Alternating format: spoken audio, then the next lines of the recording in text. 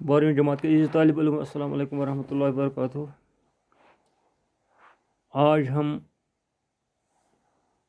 سرزمین ہندوستان کی ایک عظیم ہستی کے بارے میں گفتگو کریں گے جس نے اپنی قوم کو خواب غفلت سے بیدار کرنے میں اہم رول ادا کیا ہے، اور جس شخصیت کا نام سر سید احمد خان ہے۔ سر سید احمد خان 19ویں صدی کے ایک بہت بڑے رہنما گزرے ہیں۔ ان کی پیدائش 17 اکتوبر 1817 عیسوی کو دہلی میں ہوئی۔ والد کا نام سید متقی اور والدہ خواجہ میر زیارت کی پوتی تھی۔ ان کی تعلیم و تربیت میں ان کی والدہ کا بڑا ہاتھ ہے۔ ابتدا میں انہوں نے گھر میں ہی عربی، فارسی اور انگریزی کی تعلیم حاصل کی، پھر دہلی کے کئی علماء اور شعراء سے بھی فیض اٹھایا۔ 18 سال کی عمر میں تعلیم سے فارغ ہو کر مضامین لکھنے لگے۔ 4 سال تک شاعری کی اور آہی تخلص اختیار کیا۔ 21 سال کی عمر میں انہوں نے رشتہ داری یعنی ہیڈ کلرک سے شروعات کی اور ترقی کرتے کرتے صدر ایمین جج کے عہدے تک پہنچ گئی۔ مغربی علوم کے حصول کی خاطر 1861 عیسوی میں مراد آباد اور 1862 عیسوی میں غازی پور میں انگریزی اسکول قائم کیے۔ 1864 کو غازی پور میں ایک سائنٹفک سوسائٹی کا قیام عمل میں لایا۔ 1869 میں انگلستان چلی گئی تاکہ انگریزی نظام تعلیم، طرز معاشرت اور اخلاقی و سماجی نظام کا مشاہدہ کر سکے۔